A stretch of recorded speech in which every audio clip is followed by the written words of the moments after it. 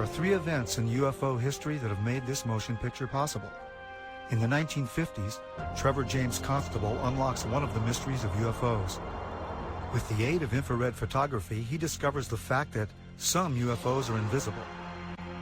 By using infrared film in his cameras, he discovered UFOs that exist in a light spectrum that cannot be seen with the naked eye or photographed with conventional cameras. This opens a whole new aspect in the documenting of UFOs, and his discovery reveals some UFOs may be living creatures. He calls them critters. In 1994, Isaiah Shamir discovers a phenomenon called mirage, a life form invisible to the naked eye that we've never seen before. He also develops a technique for filming these life forms that exist in the realm of the very fast. He calls it skyfishing, using high-speed shutter settings on camcorders. In 1995, NASA stops airing live broadcasts from shuttle missions after UFO footage has been made public, creating a controversy about how much NASA really knows about their existence. Looks like you got an object right in front of you, Mark. Are you looking out there? I'm not sure what you're talking about. Never mind. That same year, Martin Stubbs begins recording what will be 5 years and over 2,500 hours of uninterrupted live broadcasts from NASA's own downlink. Today, we have digital camcorder technology that enables us to capture UFOs in full-color, high-resolution video. Invisible UFOs can now be captured in broad daylight by anyone. Two camcorders of the same make and model are set up side by side. Camera 1 on the left is set for regular daytime recording. Camera 2 on the right is set on night shot, which has been converted to shoot in broad daylight. On the regular camera, there's nothing in the sky. With the night shot camera on the right, a UFO that is in the infrared spectrum is clearly visible. What has never been seen that exists in the invisible realm of the infrared can now be seen using current camcorder technology. Using this new technology for filming UFOs invisible to the naked eye, someone out there will eventually capture the best UFO or ROD footage ever, and probably in high-definition video. UFO research, however, is only a part of the story. I think it's long past time to open this up to the public. Give us information to the young people of the world in this country. They want to hear it. They want it. Give it to them. Don't hide it and tell lies and make stories. They're not stupid. Eventually, there's going to be something happen that it will make all of them have egg all over their face. And they're going to have to admit that they haven't been truthful at all.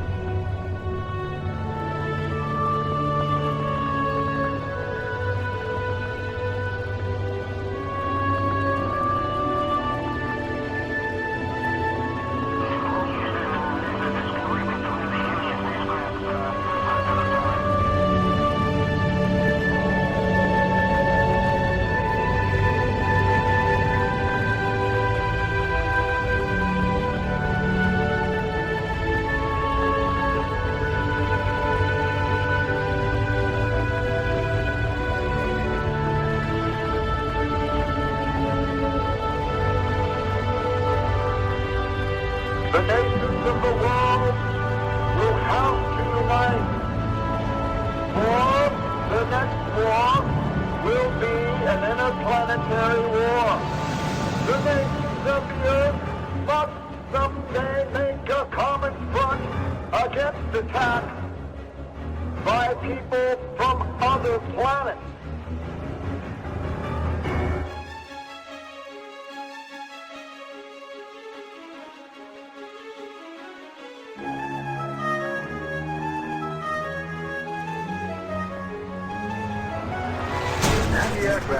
wanted to action against unidentified aircraft in the Los Angeles area, ordered by the 4th Interceptor Command at 2:25 a.m. The unidentified object moved slowly down the Pacific coast from Santa Monica and disappeared south of Long Beach. Searchlights closely followed the object down the coast and kept it centered in their threat. Shells frequently could be seen bursting near the object, but none appeared to hit it. The shooting stopped about 3:30 a.m. Approximately 20 minutes after the firing died down, the ship returned and headed westward from Long Beach toward Santa Monica. The guns went into action again, throwing round after round of shells at the object. The second barrage appeared to be closer to downtown Los Angeles, since watchers could hear the concussion of the guns more clearly, and the flash of bursting shells was brighter. Then the ship disappeared for the second time over the ocean. We return you now to CBS in New York. That was Byron Palmer on the West Coast.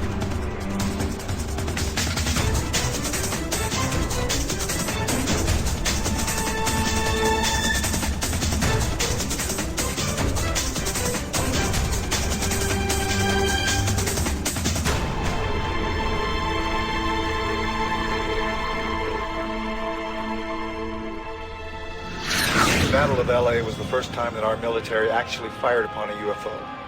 The next day, the military told the press it was nothing but a weather balloon. Another report was that they fired at nothing due to war nerves. The Army was not too pleased with these reports. If they could not bring down a weather balloon with almost 1,500 rounds fired and direct hits, then what would they be able to do firing at real enemy targets?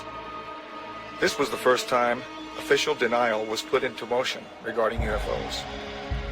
This was 1942, only a few months after Pearl Harbor. Our distinguished guest for this evening is Dr. Willie Lay. Well, now, is our own government, our own Defense Department, taking the flying saucer reports seriously?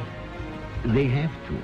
After all, the Air Force, which is the one which is investigating, is charged with the defense of our skies. So if there's anything in the skies which they don't know and cannot account for, it makes them understandably uneasy. Major Donald E. Kehoe, a retired Marine Corps officer, insisted that the Air Force knew more than it was telling. We are being observed by some type of device which is ahead of us, far ahead of us, and is probably controlled by a highly advanced superior civilization.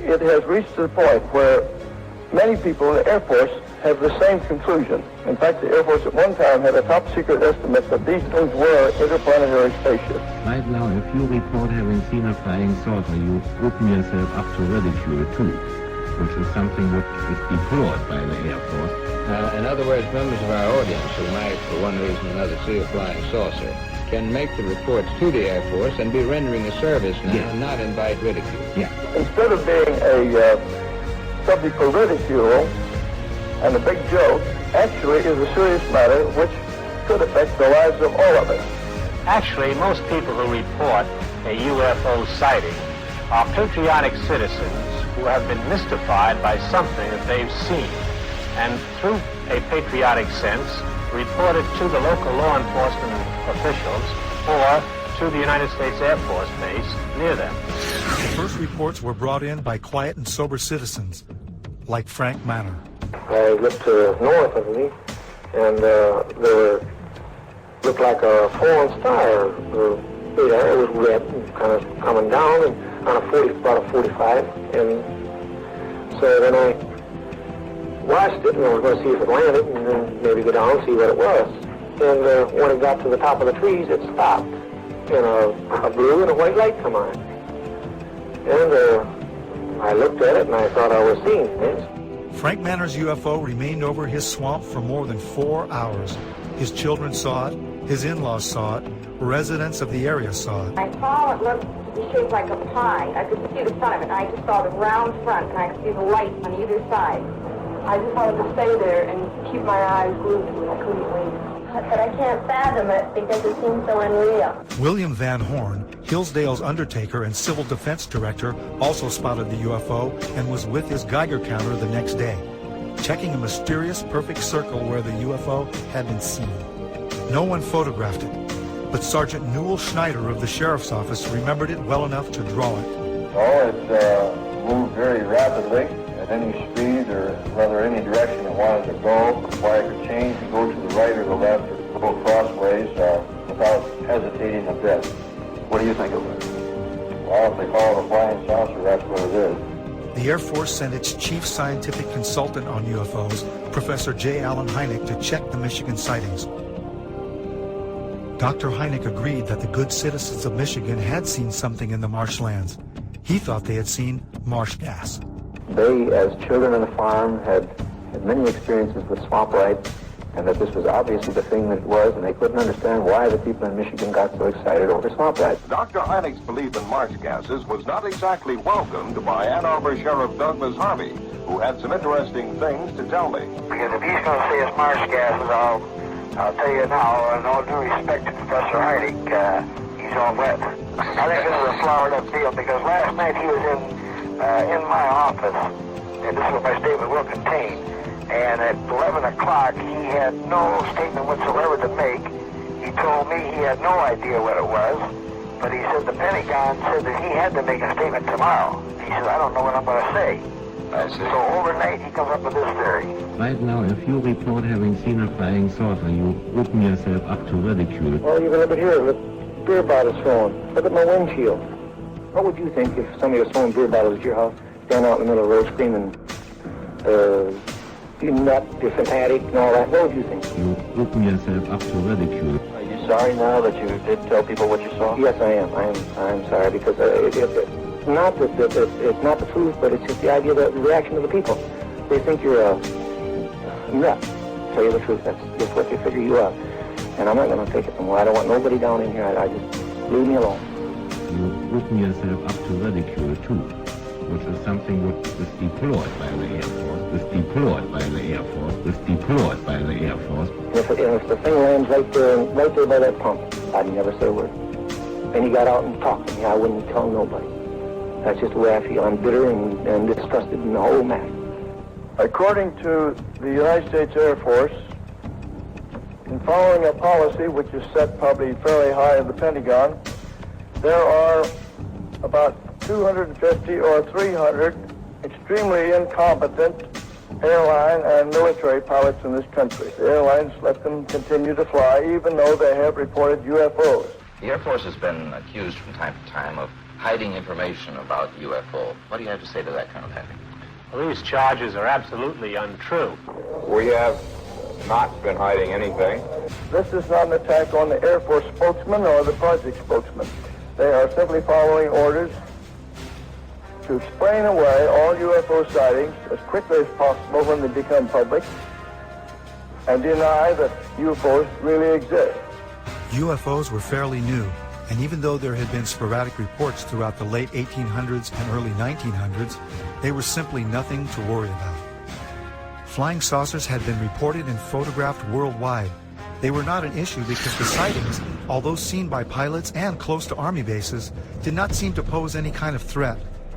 They were simply passed off as strange lights or sightings of atmospheric and weather anomalies by untrained civilians who were seeing things that were easy to explain.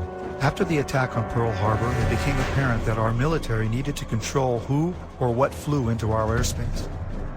Radar was the newest technology for detecting anything in our skies that was not acknowledged to be our aircraft. The Battle of LA was an example of an unknown aircraft that was immune to all that our anti-aircraft guns could deliver. Nothing could bring this one object down. What was our military going to do to control this unknown threat? What would happen if the public found out these things were real and there was nothing we could do to stop them? The only solution was to deny that there was any kind of threat from something we had no control over, something we could not stop. The solution included an official denial that would last over 60 years.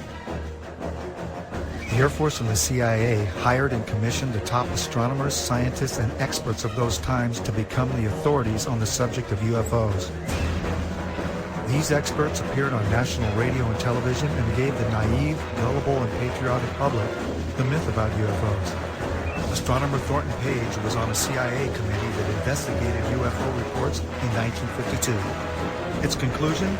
No evidence of UFOs.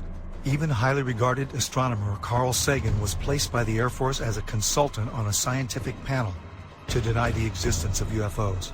The official Air Force reply was that there was no cover-up, and there were no flying saucers from outer space. I would like to close by reading a very brief excerpt from the report of the Air Force's Scientific Advisory Board, which they made recently upon completing a detailed review of the subject of UFO. This is a statement. The committee concluded that in the 19 years since the first UFO was sighted, there has been no evidence that unidentified flying objects are a threat to our national security. This was to become the greatest story ever denied.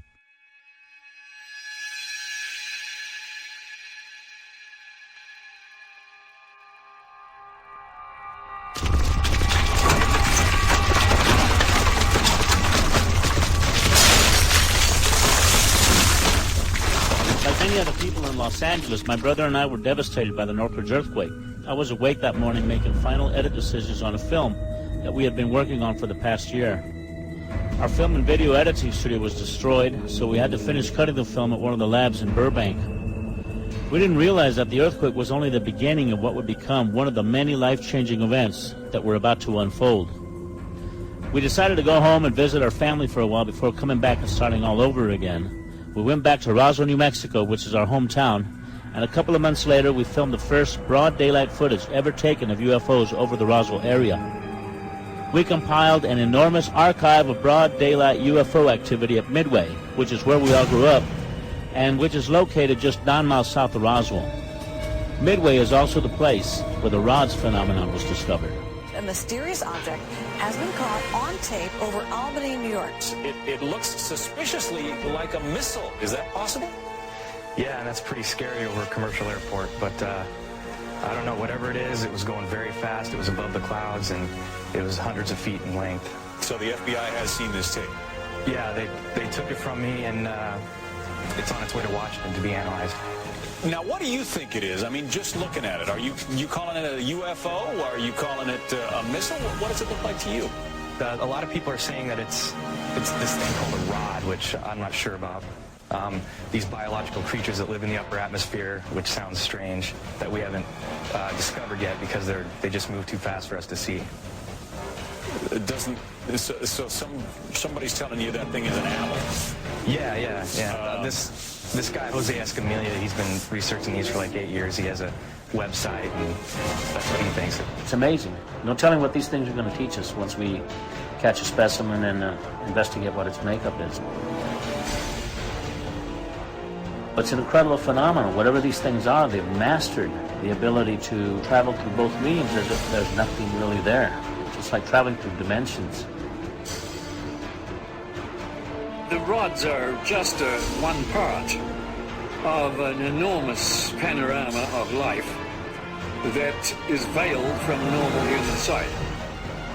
You found that by using an extremely fast shutter, you could slow down and objectify something that would otherwise elude the photographic process. But that doesn't mean that they're not there. It just means that you need a device, an apparatus that will remove an optical limitation that you have. We don't reject the microscope because the microscope intensifies the power of human sight. Without it, the world of the microbe would not exist. But that wouldn't alter the fact that our entire environment, our entire living scenario, is really conditioned upon what happens in a domain that we cannot see directly. In my opinion, the same thing applies, and this will be verified in years to come, at the upper border of nature. But I realized at this point that it's very secret, that it was kept secret, because I asked him, what are you going to do with this piece of information? And he said, we always airbrush these out before we sell them to the public.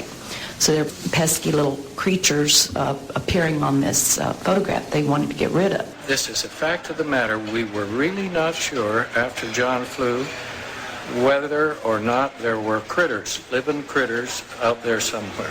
Critters that were captured by NASA on that mission STS-75 in 1996. In all my considerable experience of the entire UFO scenario, I have never seen and never expected to see footage like that.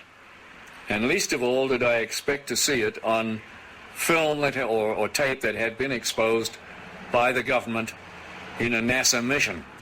The shuttle Columbia in this mission was equipped with a very sophisticated and expensive ultraviolet camera. It was sensitive to the near ultraviolet. And when they were up at 300 miles above the atmosphere, they launched from the Columbia a small satellite with a tether. Not long after it was launched from the Columbia, the tether broke. We'll record steadily the whole break and coil back to the tether. Copy, Claude. Here we go. Again, this is a view of the satellite. Well, if it had to break, it did it in the right place. And you see on this astonishing film, you see the satellite go drifting far astern of this orbiting Columbia. The tether, which is 12 miles long, straightens out into a long white line, which you can see as plainly as could be. Columbia and the satellite now 77 nautical miles apart. Now, while this is all going on, a whole covey of UFOs, perhaps 36 of them, manifest to this ultraviolet camera, and they begin moving around, circulating, looking for all the world like something in an aquarium tank. The satellite, again, just moving into sunrise. Now, Houston, of course, down on the ground, is getting this feed from the Columbia, and they ask the astronauts in the shuttle, what can they see? What is it they can see? You guys getting the image? Franklin, we see a long line, a couple of star-like things, and a lot of things swimming in the foreground. Can you describe what you're seeing? Well, the long line is a tether, and there's a little bit of debris that kind of flies with us.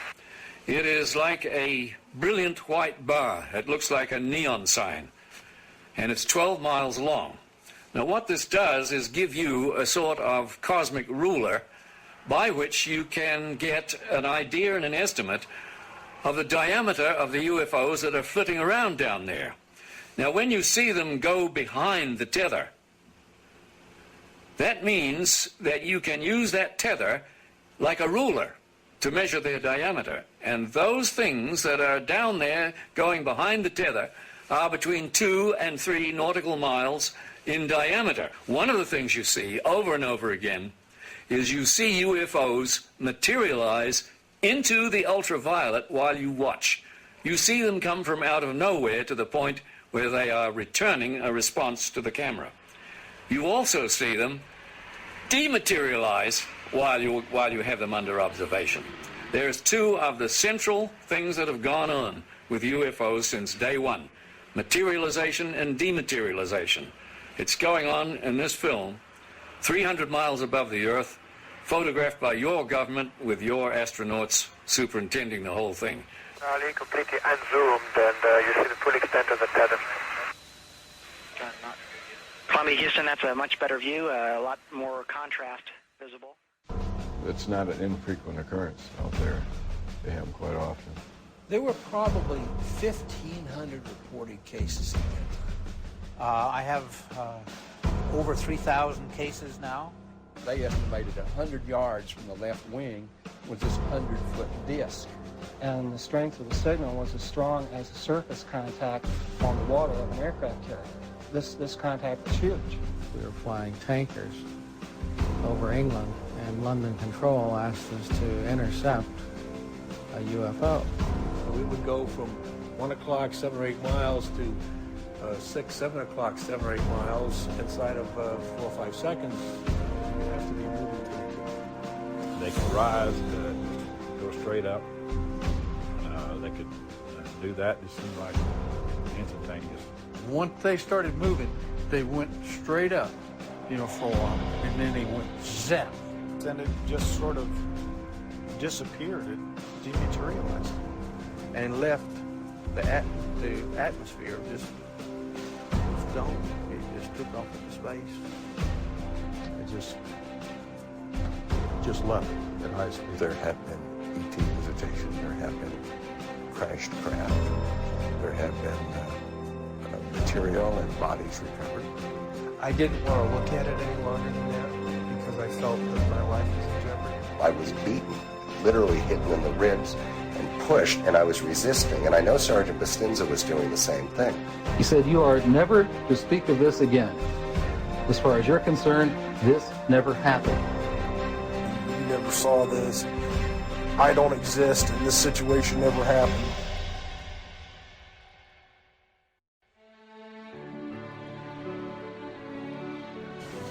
We are here today to disclose the truth about a subject that has been ridiculed and questioned, denied for at least 50 years.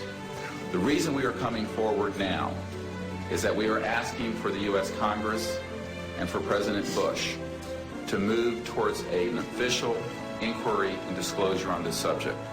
Morning, ladies and gentlemen. My name's Clifford Stone. I was a Sergeant First Class, United States Army. My name is Dwayne Arneson. I served 26 years as a communication electronics officer in the U.S. Air Force. My name is John Callahan. I'm a retired FAA employee. I was the division manager for the Accidents Evaluation and Investigation Division. My name is Don Phillips. I was in the United States Air Force and had worked with certain intelligence agencies of the United States government. These are people who have been inside the CIA, NSA, NRO, Air Force, Navy, Marines, Army, all divisions of the intelligence and military community, as well as corporate witnesses, contractors to the government. My name is Dan Willis. My name is George Filer III. My name is John Maynard. My name is Donna Hare. My name is Carl Wolf. My name is Harlan Bentley. My name is Larry Warren. My name is Mark McCandlish. And these are folks who have been involved in so-called black budget or covert unacknowledged projects. These unacknowledged special access projects are taking in at least $40 to $80 billion per year. And they are sitting on technologies that can change the world forever. My name is Charles L. Brown. My name is Michael Smith. My name is Robert Solis. My name is Carol Rosin. I have had grown men weep who are in the Pentagon, who are members of Congress, and who have said to me, what are we going to do? And I'm prepared to tell the story in front of Congress, and it is the truth. And I will testify under oath before Congress that what I'm saying is the truth. I'm prepared to go to Congress, to swear before Congress that everything I've told you people and everything that is here is the truth. These men and women have come forward and they have their credentials, they can establish who they are, and they have been first-hand witnesses to some of the most important events in the history of the human race. I'm willing to testify to the truth of all these matters that I've spoken about in front of Congress under oath. I'm willing to testify before Congress that what I'm saying is true. And I am prepared to testify in detail concerning these events and their truthfulness before Congress. These statements are true and willing to testify under oath before Congress. That I will testify under oath as to what I say is true, and I will do so before Congress. So I will testify before Congress if necessary and explain exactly what happened. And I will testify before the Congress under oath about everything I have said and more. I have personally briefed a sitting director of Central Intelligence, James Woolsey, President Clinton's first CIA director. I have personally briefed the head of the Defense Intelligence Agency, the head of Intelligence Joint Staff, members of the Senate Intelligence Committee, many members of Congress, members of the European leadership, the Japanese cabinet, and others.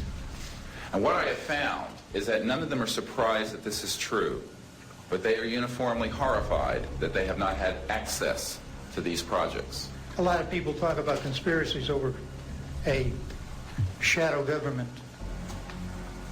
I'm willing to testify before Congress that these black operations do exist. I nearly became part of it. but I saw the light, I think. Or was it? And I got out.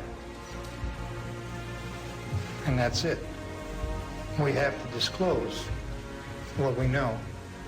And I am willing to testify before Congress under oath, or before any other organization, that what I witnessed is true. This whole project, bringing this out in the open, will probably take other people too.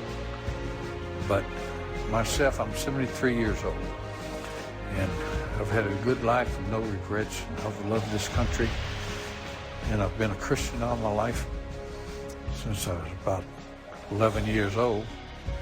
And so I believe God wants this known. And I believe the cosmos wants this known. I know we're not alone in the universe. I know that the absence of evidence is not evidence of absence. It's evidence that has been denied to the American people.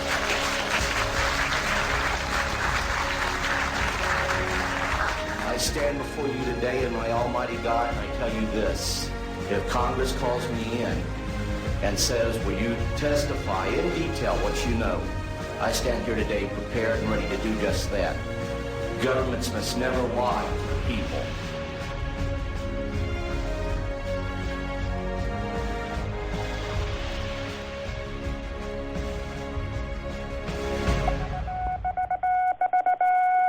Headline edition, July 8, 1947.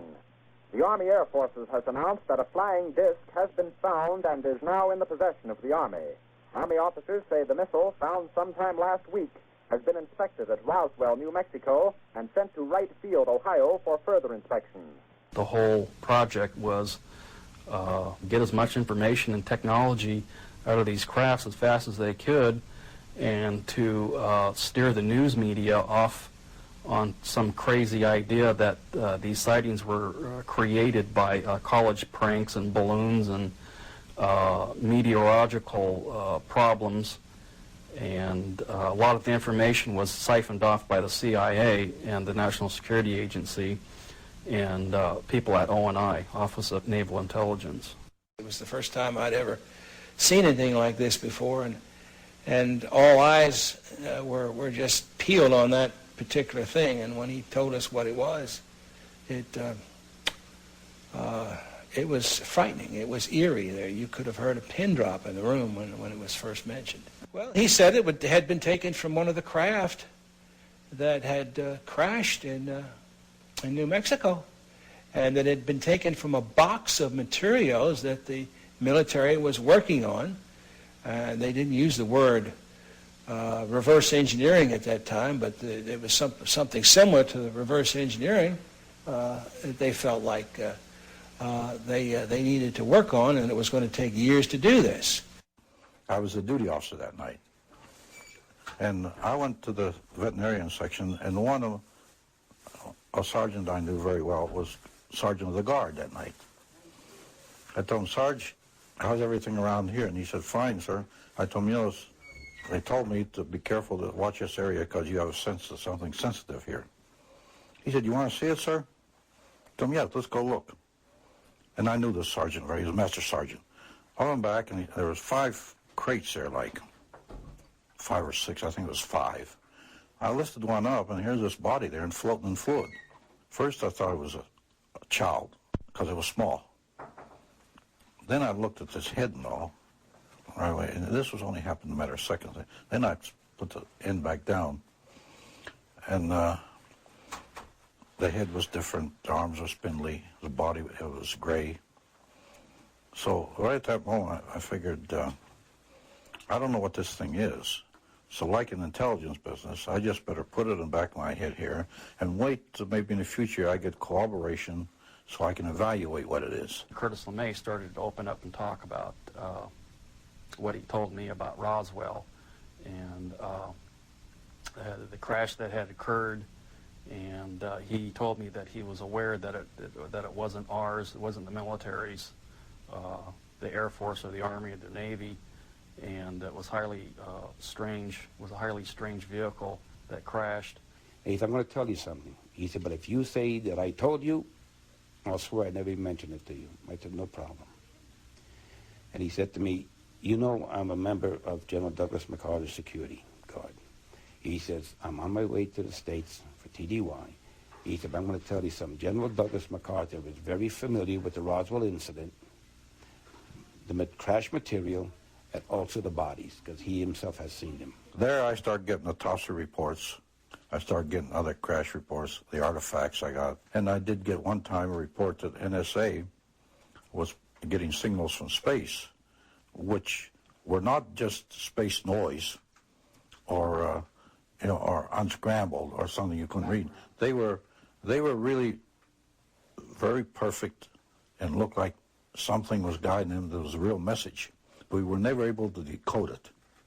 This was a very coordinated message. It wasn't just noise coming. It was a pattern. The one person I happened to meet and took quite a shine to, and he to me, was a Dr. Adolf Raum. Just a little background on him. He was from Switzerland originally. He was on their first A-bomb test in the U.S. He knew Dr. Oppenheimer personally, and just a fine, fine gentleman. One night after supper and after a few martinis, I jokingly asked Adolf, I said, what do you know about the little gray men that are supposedly on ice here at Wright-Patterson? And I can distinctly recall his face turning ashen white. His voice got very stern, and he said, Arnie, he says, all I can tell you is that they were not weather balloons, and we will not talk about it again. You understand? And there was no uncertainty in my mind that we wouldn't talk about this further. We can safely say that, yes, there were some captured craft in Roswell, New Mexico, and yeah, they were real. And yes, we really did get some technology from them. And yes, we really did put it to work. How many bodies had been recovered? Don't know. How many crashes have occurred in which we only got debris from because they came and did their recovery before we got there? Don't know, but it has happened. It has happened. When they have problems, just like we send out a distress call, they send out a distress call, which is something that a lot of people don't allude to or don't even... It's the one question that's never asked. But here again, we think of them as something intangible, like that stuffed animal there. But they're living, breathing creatures, as mortal as you and I. They think, they have loves, they have likes, they have dislikes, they have social culture. This is so important to try to make people understand that that is the case. There were more crashes than Roswell, but people don't understand is that there was one in 1948, and there was another one in 1949. The radar testing in New Mexico was the cause of a lot of them that were crashing, and high-powered transmitters, when they would get too close to transmitters, it would interfere with their guidance control, and they would just crash. Other craft crashed. We had shot them down. As an example of some of our precision, we have here a photo of an object re-entering the Earth's atmosphere. Through our programs, we were able to predict a precise time that this was going to happen and notified a particular agency who then went out with a camera and was able to obtain this photograph. What altitude? This is just entering the Earth's atmosphere somewhere around 400,000 feet. We've been successful. We crashed in White Sands, New Mexico. We tracked it. We were tracking it at the time, and we were successful in damaging it enough where it crashed.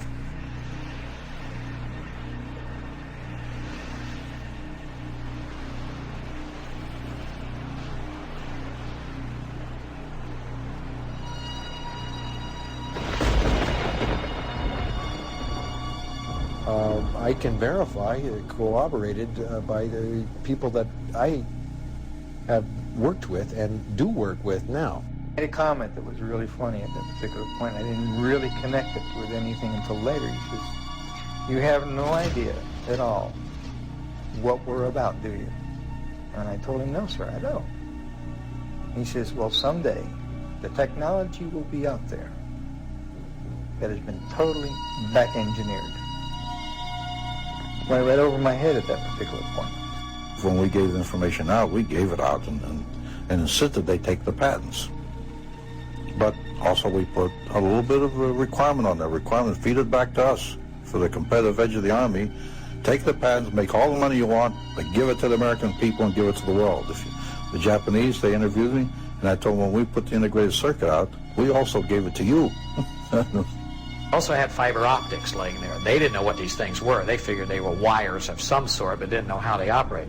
The interesting thing that shows you that we have not achieved a point of where these fiber optics are is my dad would also hold them in his hand, and when he closed his hand around them, the ends would be glowing.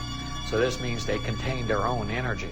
Hey, well, why would you need a fiber optic system in a spaceship? Well, okay, if suddenly everything in the vehicle suddenly becomes mass canceled, and even the electrons become mass canceled, it means that all of the telemetry that's going through your system is going to go out of haywire. It's going to be like suddenly the system goes through a phase change and everything's superconducting. Why use fiber optics? Because photons have no mass, supposedly. So they're unaffected. So it means that any information, any telemetry that you send back and forth to your computer, it doesn't matter if the computer functions at a superconducting level because it just makes it faster, more efficient, smarter. But you want to be able to control the aircraft so it doesn't crash. What's the best way to do it with fiber optics? A second innovation involves the delicate task of monitoring composite surfaces against pressure, stress, strain, and chemical decomposition. This is often achieved through a series of Bragg rating sensors located along lengths of fiber optics which are embedded into composite materials. However, NASA has increased the sensing locations exponentially from what is currently available. Applications for the macrofiber composite are almost limitless.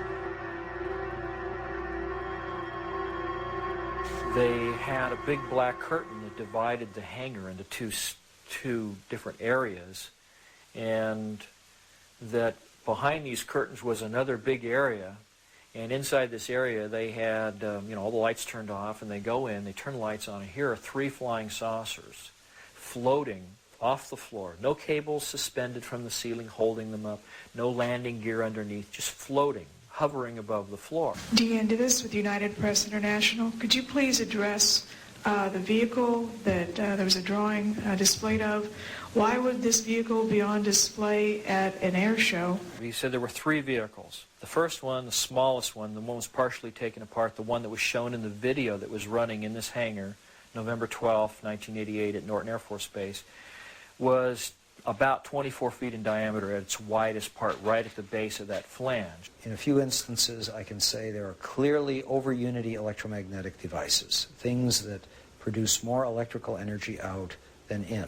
This is an alien reproduction vehicle, and just to be clear, this means that it is based on advanced anti-gravity and zero-point energy propulsion systems. The next biggest one was 60 feet in diameter at the base. There are corporations such as SAIC, Lockheed Martin, Northrop, and others that deal specifically with advanced energy and propulsion systems connected to UFOs.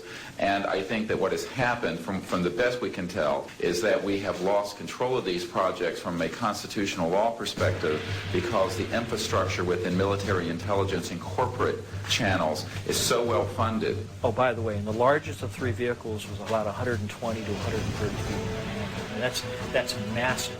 Think about it. It's just huge. The reason it's called alien reproduction vehicle is that it's based on the study of extraterrestrial vehicles, but it is manufactured by human military intelligence, aerospace contracting arrangements. We are not in Kansas anymore.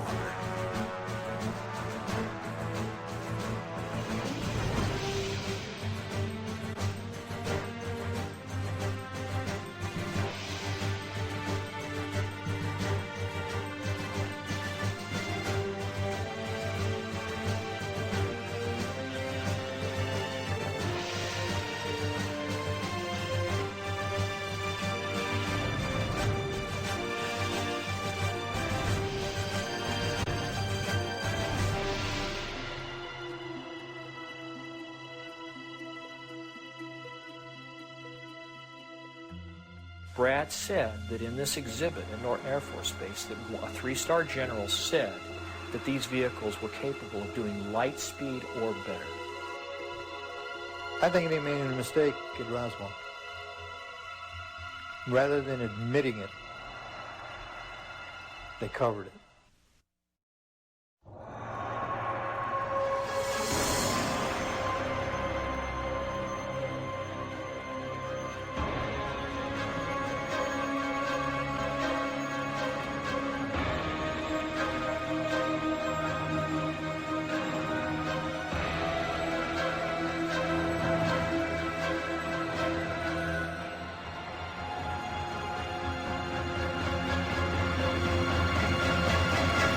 Our moon is an object that exists in our immediate space.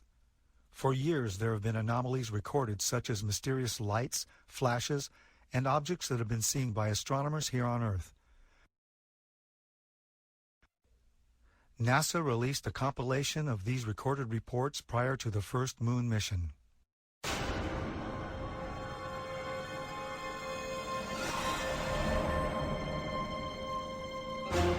Gemini 7 here, Houston on your 8.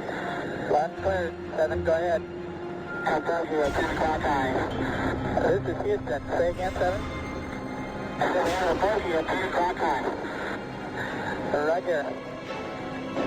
Building control here again. The reference in that conversation was bogey. It was Borman who reported sighting the bogey. This is Gemini Control Houston at 4 hours, 24 minutes into the flight. Well, as far as the moon is concerned, I think they found when they got up there that there was already somebody there. And I wouldn't want to say any more than that. But they got out of there and they haven't been back. But I have seen certain documents and read certain reports that indicate that there's somebody already there that knows a lot more than we do and would be willing to run us off if we didn't go on our own. I doubt that we will go to the moon again. It has been argued that the moon could be used as an indicator of extraterrestrial visits to our solar system. Unfortunately, the detection of ET artifacts on the moon is outside the interests of most mainstream archaeologists, as archaeology tends to adhere to a pre-Copernican geocentric point of view. It is generally accepted that the search for alien artifacts on the moon is not necessary because there are none. Given the success in using terrestrial remote sensing to find archaeological sites on Earth, can similar techniques be used to find possible artificial construction on the moon and other planets? For example, the ancient Khorasan fortress Khoi Kragan Kala in Uzbekistan, constructed between the 4th century BC to the 1st century AD, appeared as an impact crater before excavation in 1956. On the moon, Khoi Kragan Kala would not be perceived among all the other impact craters. In 1962, Carl Sagan spoke on the possibility of discovering alien artifacts on the moon, stating that forthcoming photographic reconnaissance of the moon from space vehicles, particularly the far side, might bear these possibilities in mind.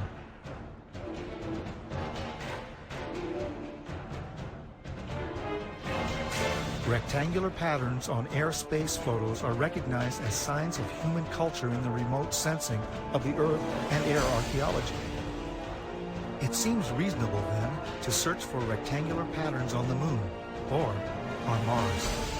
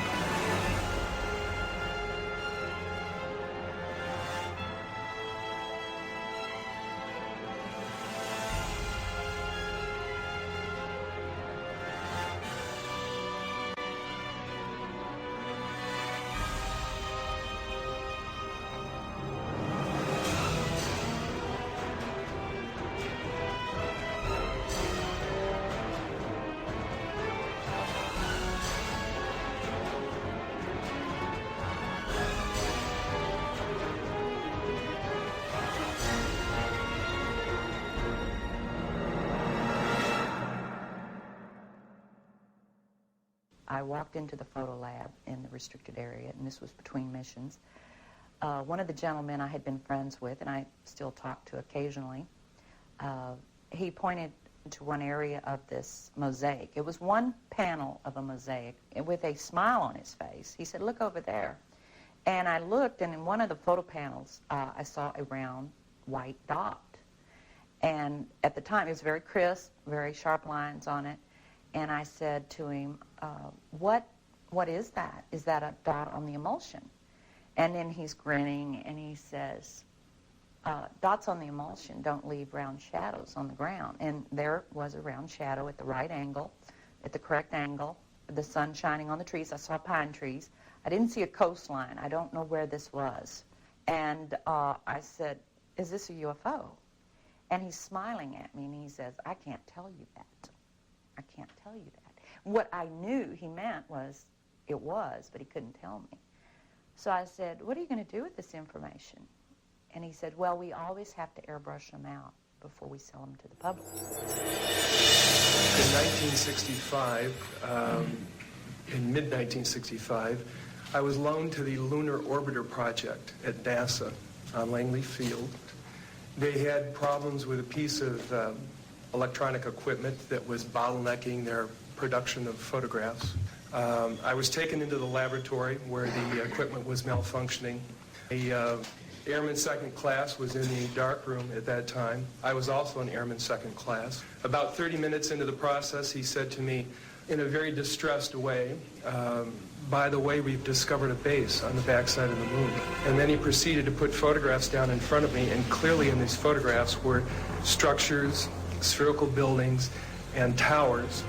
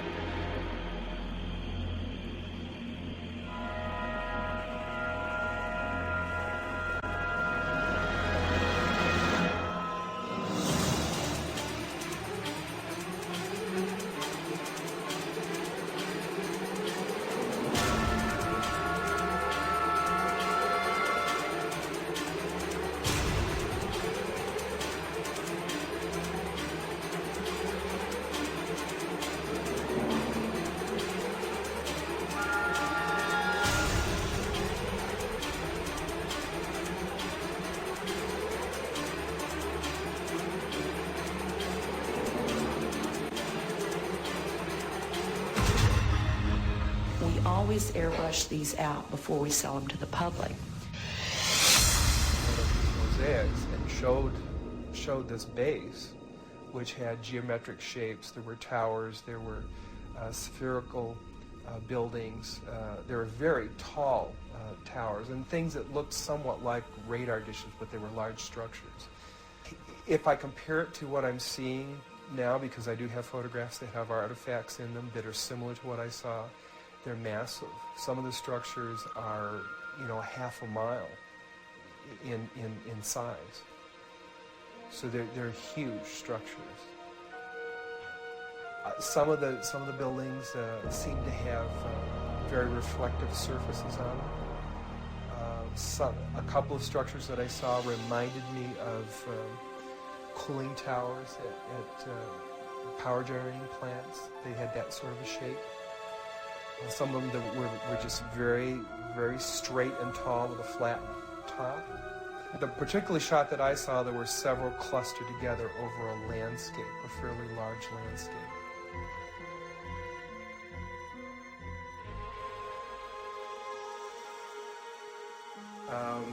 I worked there for 3 more days, and I remember going home and naively thinking, I can't wait to hear about this on the evening news. And here it is, more than 30 years later, and I hope we hear about it tonight. And I will testify under oath before Congress that what I'm saying is the truth.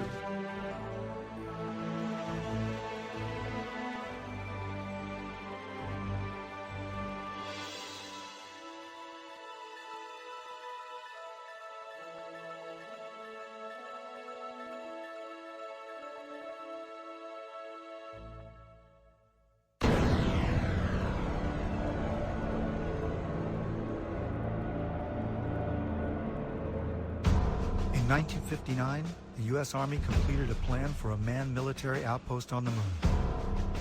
The Horizon Lunar Outpost was said to be necessary to protect United States interests on the moon, to conduct moon-based surveillance of the Earth and space, to act as a communications relay, and to serve as a base for exploration of the moon. The permanent outpost would cost $6 billion and become operational in December 1966 with 12 soldiers. The base would be defended against Russian overland attack by man-fired weapons. The Apollo program began only 2 years after the Horizon report, but a moon base would not have been established earlier than the 1970s. During the discussion of UFOs, the question ultimately is going to come up, can any government keep secrets, let alone the U.S. government? And the answer to that is unequivocally yes. People in high-level government have very, very little, if any, information, valid information about this. Most have no more knowledge than the man in the street. There's always been what they call the need to know. They keep pretty much each organization an island unto itself.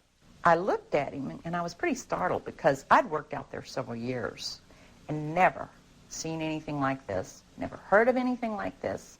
I had a top secret crypto clearance, and I could go into areas where my commanders, some commanders could not even get in. He was a civilian but had done a lot of work with NASA on a lot of committees and what have you.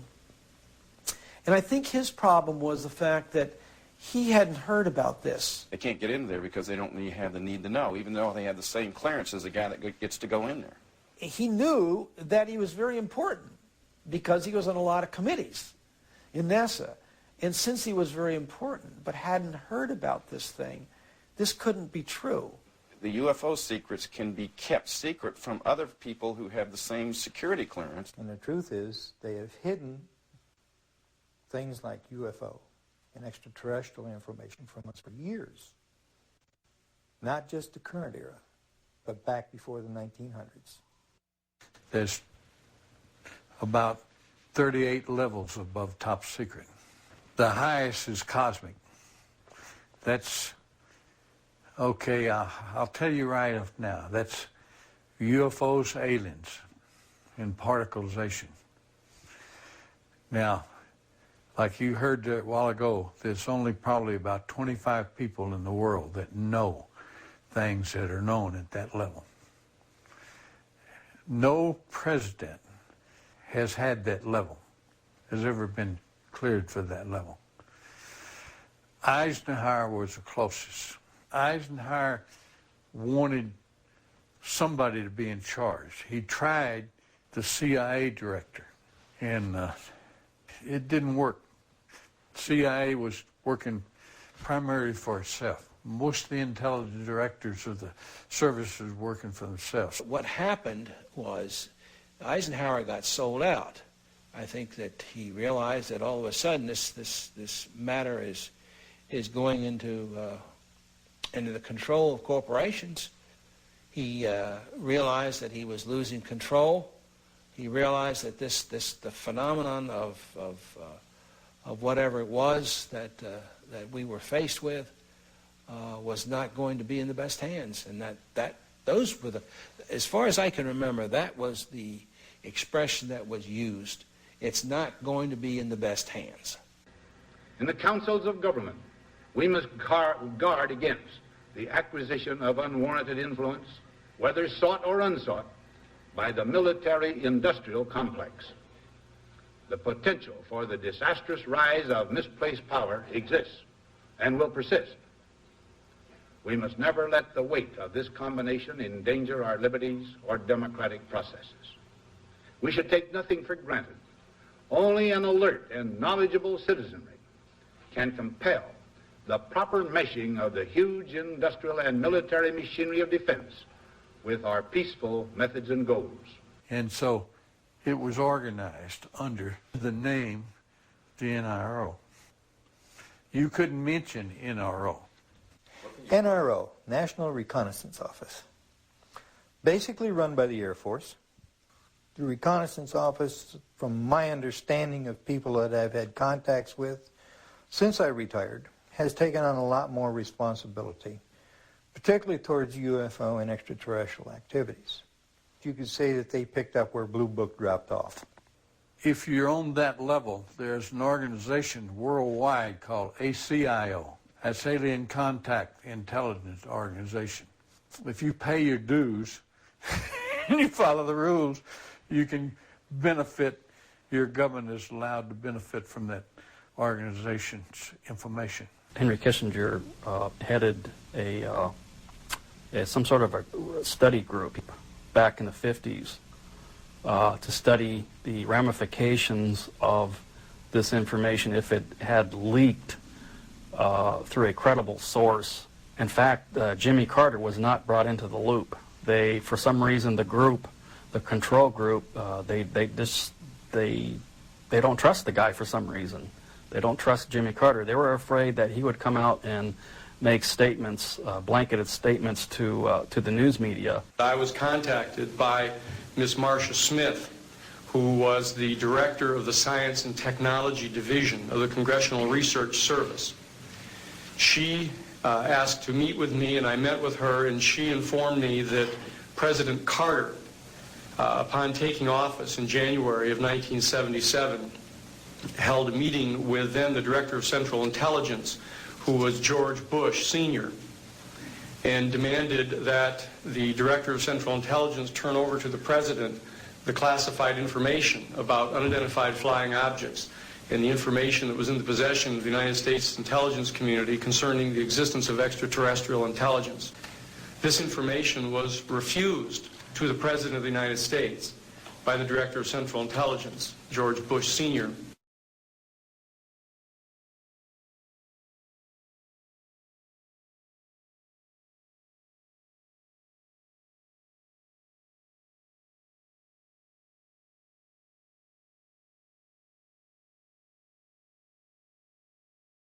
Told us we could not talk about this to anyone, including any of the other crews, our spouses, our family, even amongst each other. So we could not discuss this at all.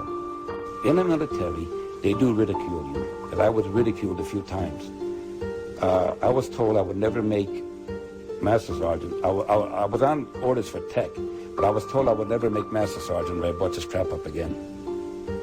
The pilots that had seen things and talked about it, some of them were let go, some of them released from their flying and treated as nutcases and things like that. At times I used to carry a nuclear weapon. In other words, I was mentally fit to carry nuclear weapons, but I'm not mentally fit if I see a UFO. Well, this criticism and this ridicule has, I think, done more to keep the story coming out than almost anything else. It had been discussed with me on numerous occasions. Talked about what could happen to me militarily and what could happen to me even if I discussed this as a civilian. That subject just was dropped. It just wasn't discussed. Anything to discredit you, and you'd never get a promotion, and I'd spend the next 3.5 years up the North Pole living in a tent checking weather balloons. I've made no money from this. I've got nothing but pain and suffering out of it, out of talking about it. I've been harassed at my home. This was used against me partially in losing a job once in teaching. I've had a hell of a time after I've told this story, but I continue to tell the story because I think it's important for people to understand that this sort of shit goes on in the government. He was sorry he wrote the book. He was sorry he exposed the family to the ridicule, to the lawsuits. It's been very tough on our entire family. He did not want to die, leaving us with these problems. Just hope that the future people such as yourself and me will know what to do with this type of knowledge that this man brought forward. I do say that he is the first man to come forward in a high capacity.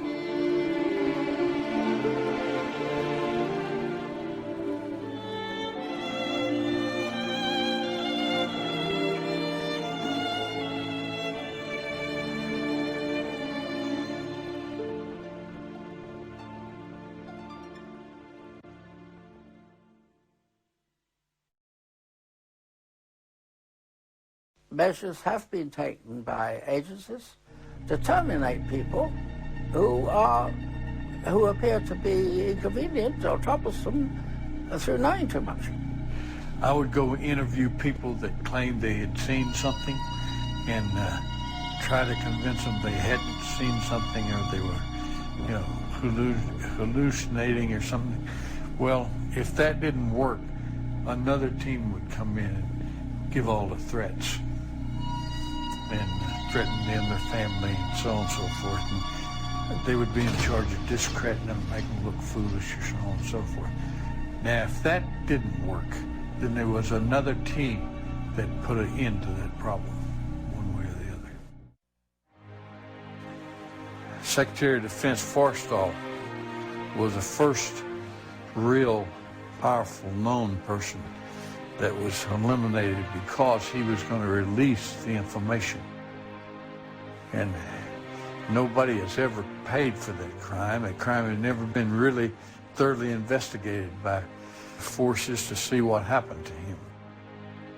But most people know that he was thrown out the window of the hospital, and he wasn't killed by being thrown out the window, but he never got up alive. He was talking about being erased. And I said, man, what do you mean, erased? He said, yes. He said, you will be erased. I said, how do you know all this? And there's something to that effect. And he said, I know. He said, they'll go after not only you, he said, they'll go after your family. And those were his words.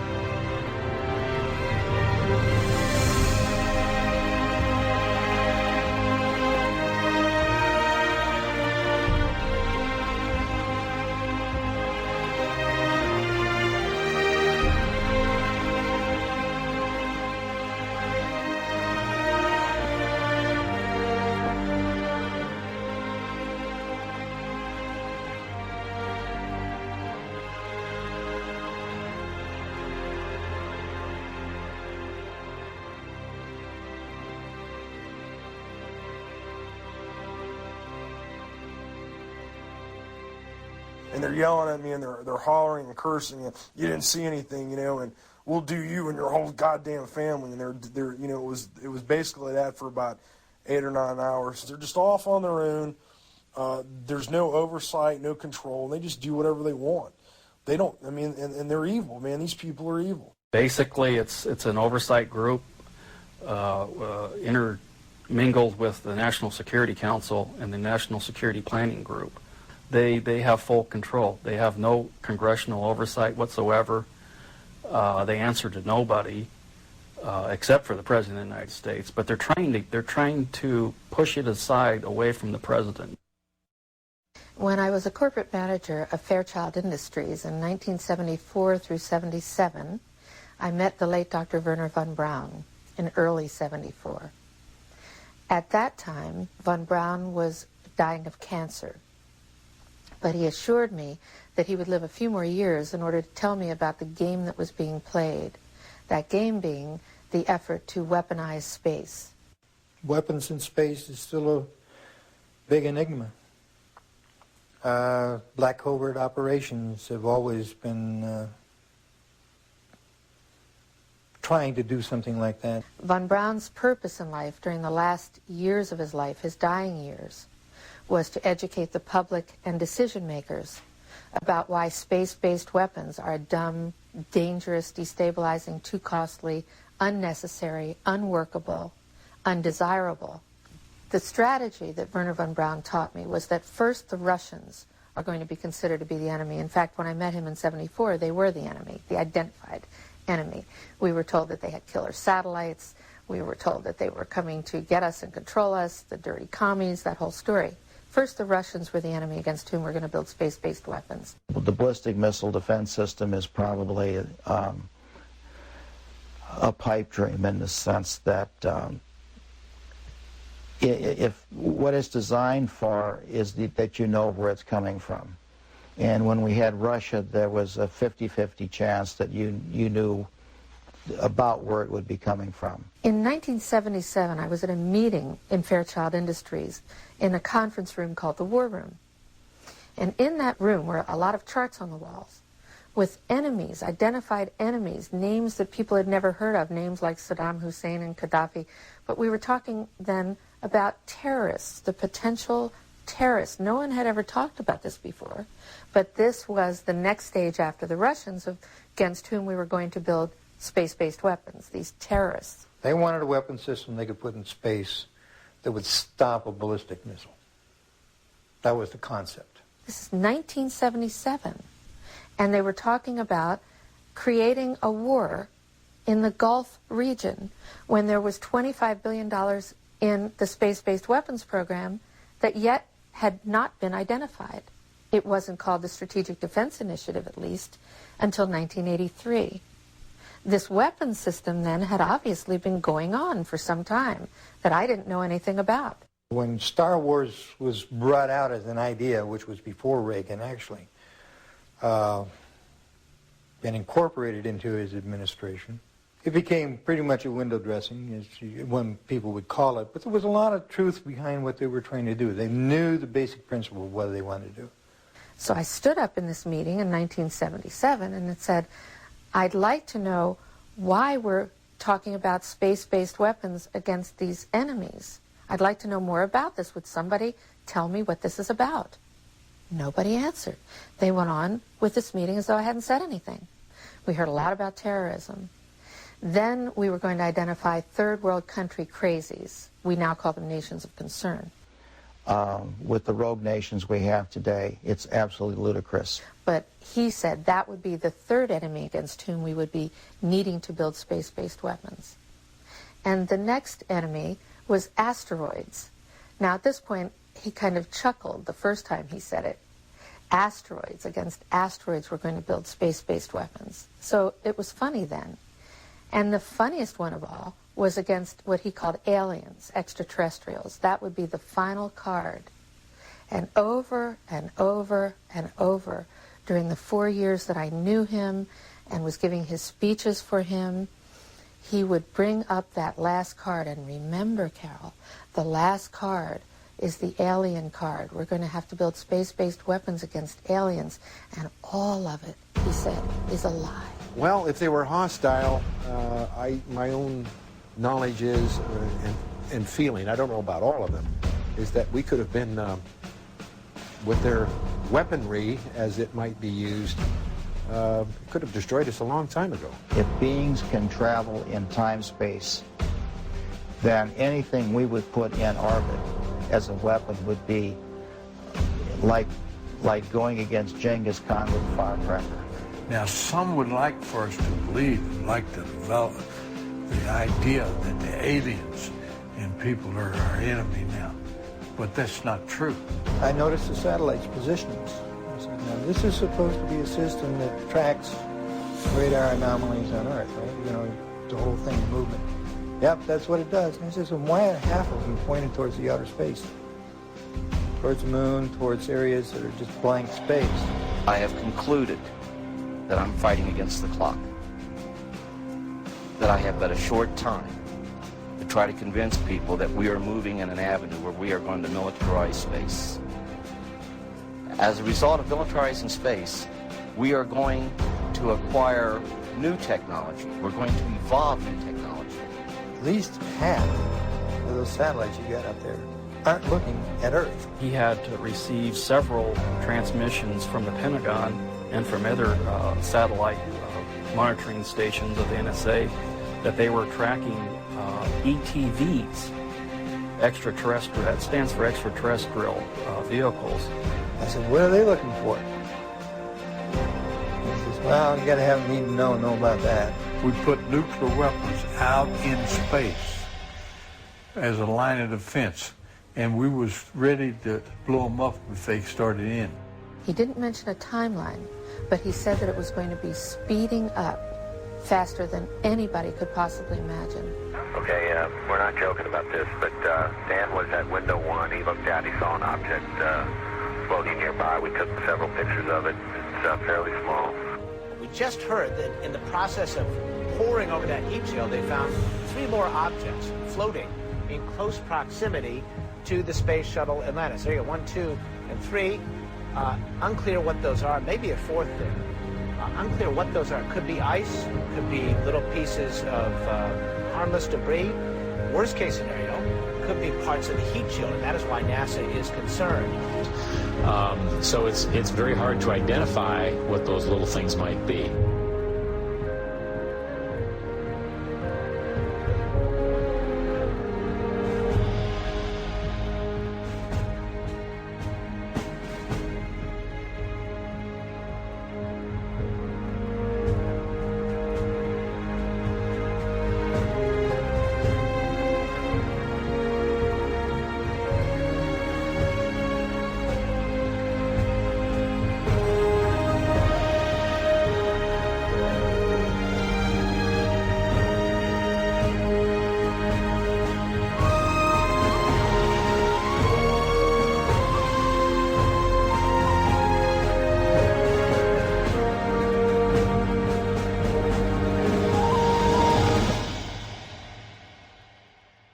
We are going to acquire new technology. We're going to evolve new technology that's going to lead us into interstellar travel. As a direct result, we will become a threat to them unless we spiritually grow also. Air Force Space Command, Masters of Space. June 9th, 2006. Air Force Space Command was crucial in Zarqawi hit. Air Force Space Command news release. Air Force Space Command delivered space combat effects for the precision strike that resulted in the death of terrorist leader Abu Musam al-Zarqawi, head of Al-Qaeda in Iraq. A global positioning system-aided GBU-38 Joint Direct Attack Munition was one of the 2 munitions used in the bombing of Zarqawi's last safe house. An artist concept shows a GPS satellite orbiting Earth. We have to credit Lockheed Martin for this one, folks. Once again, GPS-aided munitions played a significant role in the success of an important operation, said Brigadier General Donald Alston, Director of Air and Space Operations, or AFSPC. We provide communications, navigation and timing, intelligence, surveillance and reconnaissance, and missile warning. Our mission is 365 days a year, 24 hours a day, 7 days a week, providing space effects to the warfighter, said Vice Commander Major General Thomas Taberny. Air Force Space Command, Masters of Space. President George Bush is expected to issue a directive in the next few weeks giving the U.S. Air Force a green light for the development of space weapons, potentially triggering a new global arms race, it was reported yesterday. The new weapons being studied range from hunter-killer satellites to orbiting weapons using lasers, radio waves, or even dense metal tubes dropped from space by a weapon known as rods from God on ground targets. Space warfare experts said they expected the Bush administration directive to signal a shift in attitude towards exploring ways of affirming U.S. dominance in space militarily.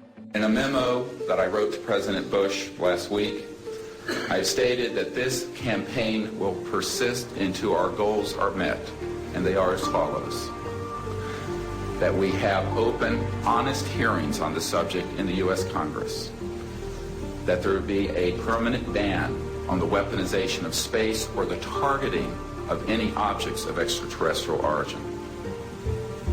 That there be a full and complete study of classified technologies connected to this subject, specifically technologies connected to UFO and extraterrestrial vehicles, if declassified and used for peaceful energy generation and propulsion, would solve the looming energy crisis definitively. You don't need cars unless you got an internal combustion engine. Well, if you have one of these units, you know, that's about 16 inches long and about 8 inches high and about 10 inches wide, then you don't need to plug into Kit Carson, the local electric company. It burns nothing, no pollution, okay? It never wears out because there's no moving parts. Denny Klein uses an alternative fuel source once thought impossible. He says people still have trouble believing him when he reveals his liquid fuel. Water. Take water and electricity, and we break it down through our very unique electrolysis process. Klein has just patented his process of converting H2O to HHO, producing a gas that combines the atomic power of hydrogen with the chemical stability of water. It turns right back to water. You see the water running off of it. Klein originally designed his water-burning engine for cutting metal. He thought his invention would replace volatile acetylene in welding factories. And then one day, as he drove to his laboratory in Clearwater, he thought of another way to burn his HHO gas. On a 100-mile trip, we use about 4 ounces of water.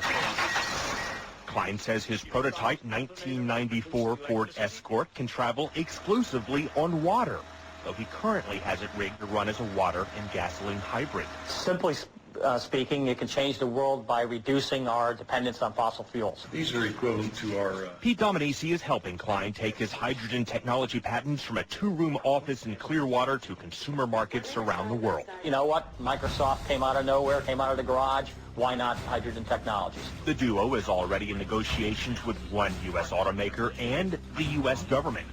Their plans have grown from basic welding with water to powering the entire world from the safest and cleanest fuel on Earth. Members of Congress recently invited Denny Klein to Washington to demonstrate his technology. Now his company is currently developing a Hummer for the U.S. military that can run on both water and gasoline. I have concluded that it's based on a few people making a lot of money and gaining power. We have cartels. We have a whole set of cartels in an area, interlocking corporations, and behind this we have a few people who are quite wealthy and who own most things. It's about ego. Everybody's trying to be the big monkey. It's really as simple as that. Who's control of petroleum of the world? A lot of people think that Iraq, Iran, and so on and so. They don't. They don't. We control it. Us and the British interests and the world interests. Well, some people refer to this the secret government. I would say that in terms of profiting from the status quo, big oil, there are certain geopolitical and financial infrastructures that would not welcome a definitive replacement to the fossil fuels. So what we get is the great Armageddon everybody's been dreading. The energy crisis going right now, in my view, will probably evoke a great Armageddon that we've all feared so long in about 2007. It's about a few people who really are playing an old, dangerous, costly game for their own pocketbooks and power struggle. People in power right now don't want us to know is that this free energy is available to everybody. We can tell, I will tell you, and we can prove this with other scientists who are ready to come forward, that we already have a complete replacement for any fossil fuels or ionizing nuclear power plants. We don't need them. We haven't needed them. Probably have not needed them since the time I was born. The, quote, cover-up of this issue that has been going on for the last 50 years is probably the biggest single threat to our democratic society. This is the greatest strategic threat to survival of the United States and, in fact, of civilization itself. It still bothers me that I've seen all this, I know all this, and like I'm walking around like with the answer and nobody wants to ask the question. I think it's time for us to act to end this charade. It's definitely time to make this disclosure on this. It's been kept secret too long. One of the things that I'm upset about is that good people are forced to do illegal things. And I believe that this information should be given to the American public. It's the discovery of the lifetime of humankind, isn't it? To find out that we're not here alone. People are walking around in a daze. They have no idea what is going on. The fools may blow the world from other causes, don't misunderstand me, but they're going to blow it from this cause. A shadowy government with its own Air Force, its own Navy, its own fundraising mechanism, and the ability to pursue its own ideas of the national interest, free from all checks and balances, and free from the law itself. Whatever activity is going on, to the extent that it is a clandestine group, a quasi-government group, a quasi-private group, it is without any type, as far as I can tell, of high-level government oversight. And that is a great concern. We have contact with aliens not originating from some foreign country, but from some other solar system. And I have been a party to them.